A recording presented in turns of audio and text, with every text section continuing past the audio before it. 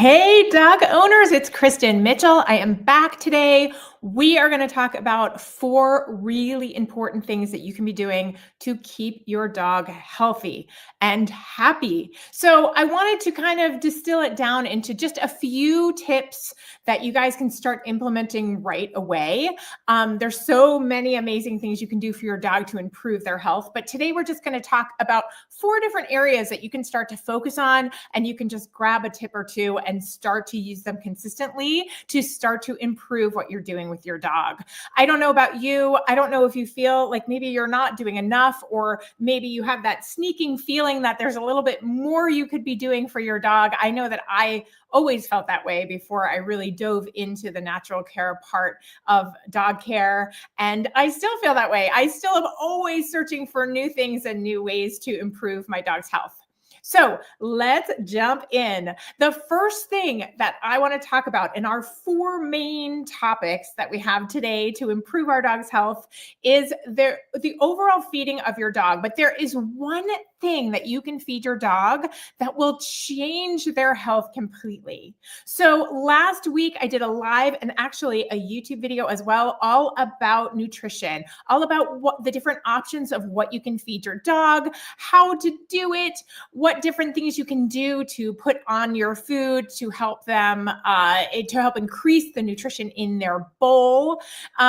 So we talked about whole foods. We talked about focusing on your dogs eating whole foods and getting that nutrition that they need through what we call now human food, right? So if you're using kibble, maybe making that transition to a whole food diet, or if you're not ready for that, taking some superfoods to add to their bowl, which we're going to talk about in a little bit. I also have this link for you guys if you want to go check out that whole training. If you're really interested in learning more about your dog's nutrition, just go to dogologypuppy.com/nutrition, and you will get to my YouTube video that talks all about that I put out last week. So if that's something that interests you, I just didn't want to leave you behind with all the details. But today, I just want to talk about one thing that you can add to your dog's food that will be a huge game changer. And that is omega-3 oil. So you may have heard about this with human beings. We need omega-3 fatty acids. Omega-3 is an incredible thing for our brain. We need it for our brain health, for reducing inflammation, for joint support. So there's a lot of things in the body that really need those omega-3 acids, which is why you might have heard people talking about you should have fish several times a week, because fish is very high in omega-3 acids. So it's the same for dogs. So if you've been in my community for a while, you've probably heard me talking about the fact that my whole journey started with my own health. I was diagnosed with autoimmune disease, and I dove in to figure out how I could heal my body naturally. And then I realized over time that a lot of the things that I was learning for myself actually pertain to my dogs as well. So this is a perfect example of that. And a lot of the things we talk about today are going to be that way as well. And the more I learn about my dog's health, the more I learn about my own, the more I learn about my own, the more I find ways to improve my dog's health. So I love that as I'm on this journey, I'm actually learning things to help myself as well. So just as a side note, humans need omega-3 acids as well for all the same reasons, but our dogs often are lacking in really good, high quality omega-3 fatty acids. They are so important for your dog's health. So there are a few ways to get these into your dog's diet. You can give them wild caught sardines. So, you know, those little metal containers that nobody eats that I know? Grab some of those. They're inexpensive. The thing that's amazing about those is they're a whole fish. So we talked last week a lot about how dogs, when they were wolves, were supposed to eat whole animals. That's what they're designed to eat. The bones, the organs, the whole thing. So we're trying to simulate that in their bowl. Now, if we take a little sardine, and we put it in their bowl, we get that. We get all the bones, we get all the organs. It's a whole animal. So that's a really cool way to give them their omega-3 fatty acids. You can just take a couple of those, and they actually break up really easily when they come out of that little metal can. Just try to get the healthy ones and make sure they're not soaked in things that your dog can't eat. So we don't want salt. We want the salt-free ones. Just check out the ingredients. Make sure you're just getting the sardines. I always rinse mine off first as well before I give them to my dogs. So another great way is to give them flaxseed. You need to grind it first in like a coffee grinder or whatever. You can give them ground flaxseed. You can also give them hemp oil, which is a nice way to give them their omega-3 acids, particularly if they have a seafood allergy, because dogs have allergies just like we do. One of my dogs doesn't do well with chicken. My other dog loves seafood. So she's all about, in fact, I just found out she loves shrimp the other day. That's an expensive discovery. So the thing that I've been using lately is this Native Pet omega oil. I love it because you just pump it on their food. It tells you how much to use on the back. I'll put a link to it below when I'm done with this training. But I just like the convenience of it, because before I was getting the tablets and you have to like break, I didn't want to give them the tablets and they're very large. So I was breaking them to put them in their food. It was a whole thing. So those are a few really easy ways to add that omega-3 oil, so important, or omega-3 fatty acid, which is so important for your dog's health. Okay, number 2 is toxins. So toxins is like a huge category, right? We talk about toxins with us, non-toxic toys for our dogs, but there's several ways that our dogs can be kind of bombarded with toxins, just like our life is as well. So think about the products that you use on your dog.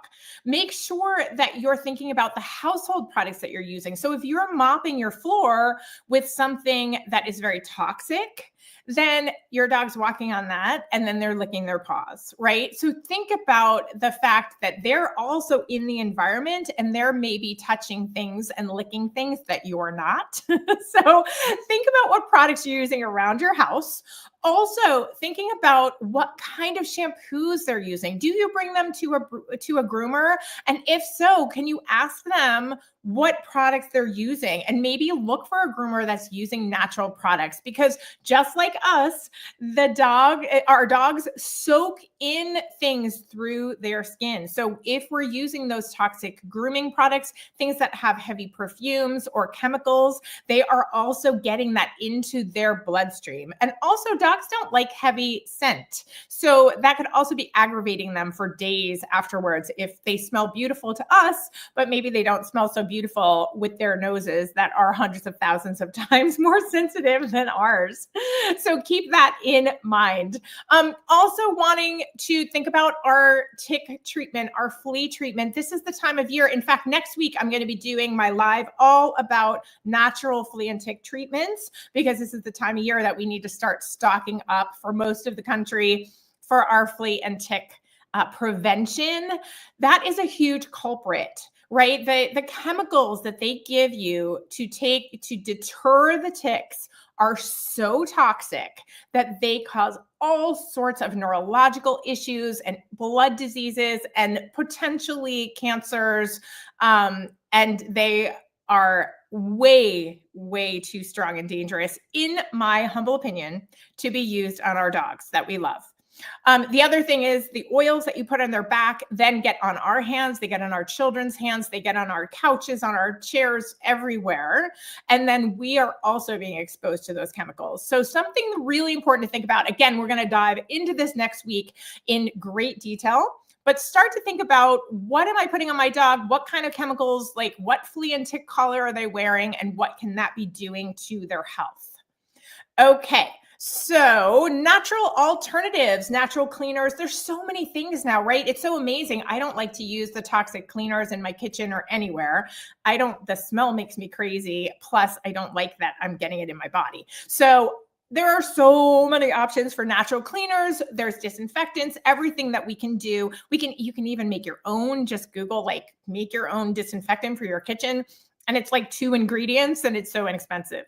So that's a great way to keep all of those toxins away from your dog and away from your family and your friends when they're over your house. Okay, thinking about safe grooming products. We talked about that already. Talk to your groomer. If you're doing baths at home, just grab one of the healthy natural shampoo and conditioners that you can buy on Amazon. There's a ton of them. Just make sure that you're thinking about it as you buy your products, right? And also BPA-free toys. So look for those non-toxic toys. A lot of the dog toys now are coming over from other countries where they have basically no standards in terms of what chemicals are put into things. And because it's not for humans, they have even less standards. So be careful about just grabbing those really inexpensive toys. For a couple more dollars, you can get something organic, something BPA free, because just think about how much time your dog spends with a toy in their mouth, and they are absorbing all of those chemicals. Okay, so we get it, right? Toxin-free environment as well as we can.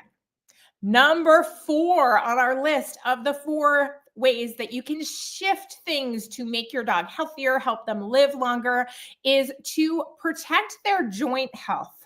So if you have a younger dog, you're probably not thinking about this yet, but prevention is the best way to avoid an older dog who has arthritis, who's limping, who's in pain, right? So we want to make sure that we're not over exercising our puppies. If you are a puppy owner, I know a lot of my community has brand new puppies, which is so exciting. But if you have those little puppies, especially the breeds that are going to get bigger when they get older, you want to go easy and not over exercise them, not have too much high impact, right? Too much running.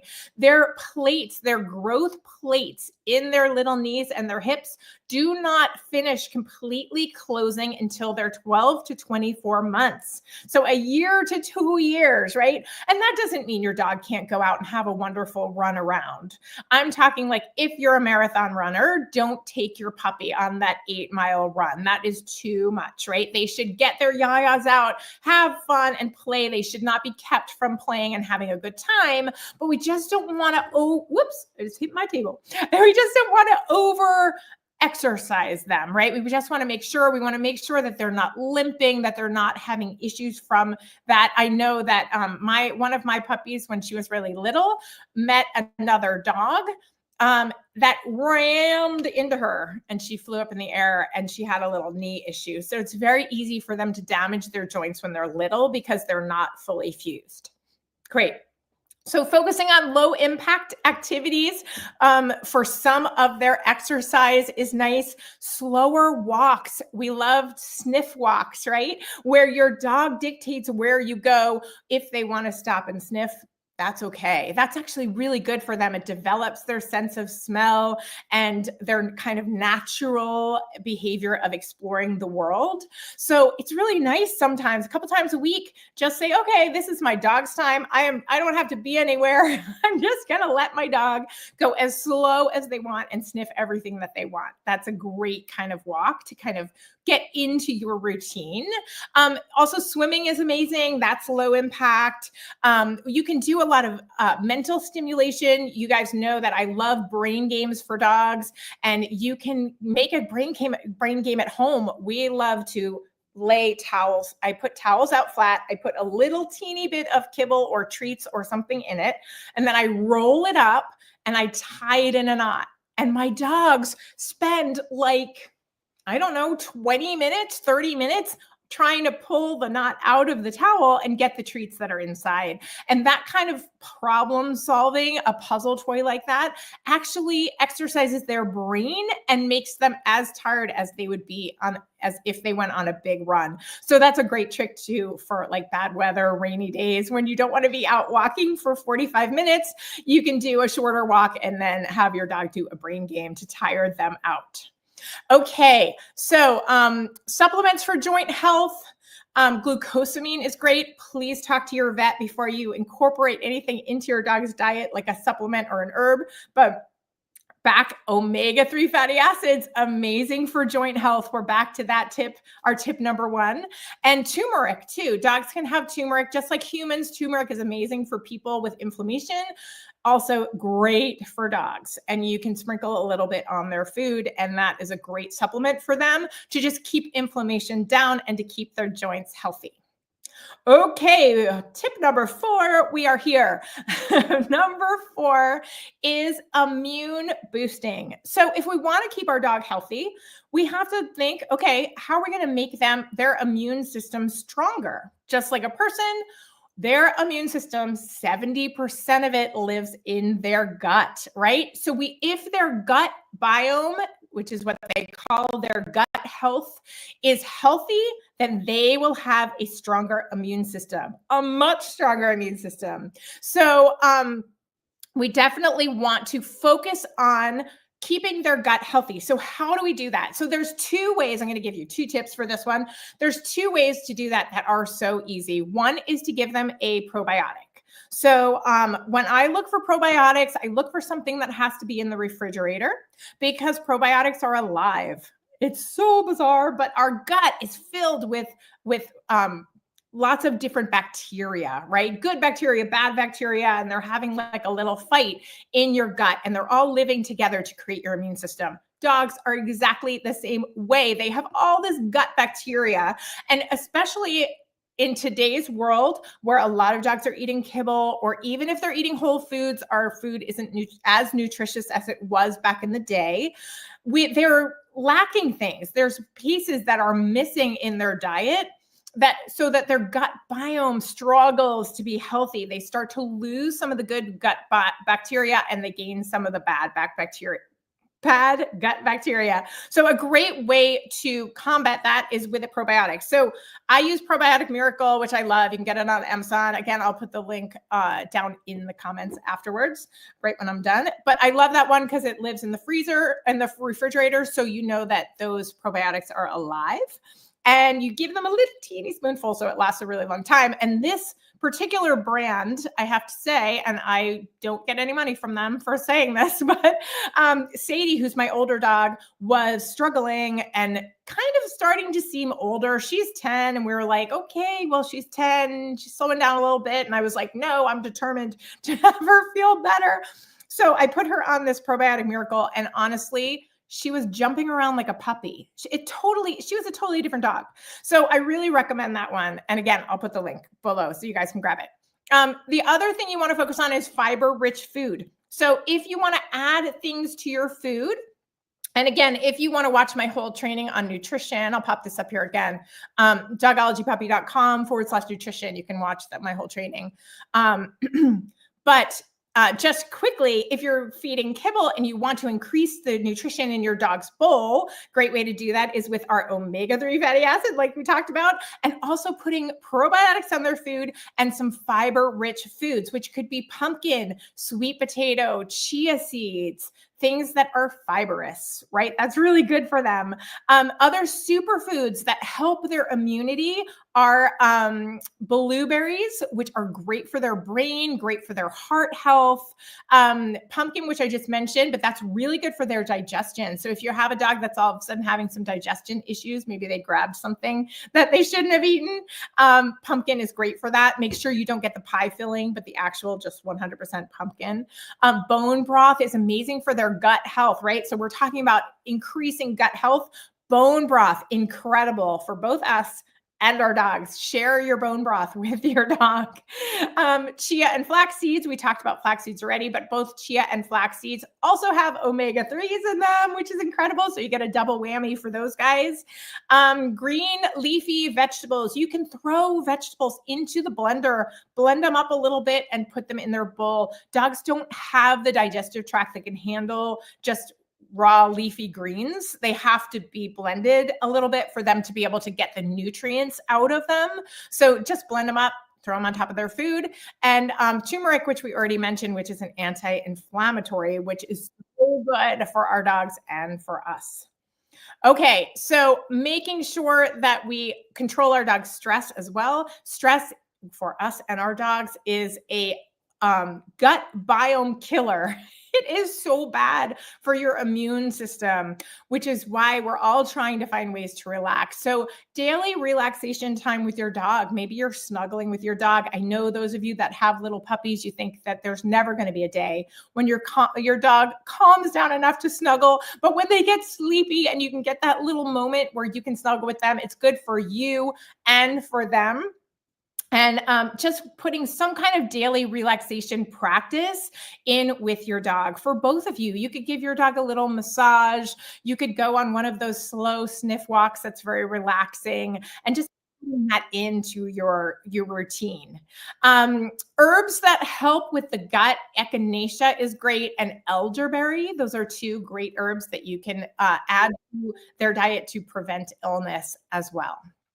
Okay, so we are got through all four of our tips. I have a few more for you guys. I have a free PDF guide that I will give you. Here it is. So it's 8 ways to keep your dogs healthy, and it's 8 different topics, and then a really quick tip to start implementing that into your weekly life. So if you want to just grab that, it's 100% free, and it just has 8 different ways that you can start helping your dog you live a little bit more of a natural life, to putting a little bit more natural care into your dog's routine. So you can just grab that. And I encourage you, as homework for this week, to just pick something. Either grab that guide or something I talked about today, and just pick one thing and put it into your routine with your dog, because that's what it is, right? It's those little steps that you take over time that change things for your dog, that change the trajectory of their life, that help them live longer, help them be happier and healthier and pain-free, which is what we're looking for. So I hope this was helpful. Please let me know if you have any questions. You can just drop them in the comments. I'll come back around and check them later and answer your questions. If you're watching the replay, please drop a question in and I will answer it for you. All right. Hope this was helpful, and hope you guys have a fantastic week with your dog. And I will see you next week to talk about tick and flea treatments that will not be dangerous to your dog's health or their gut biome. All right, great. Have a great week, everyone.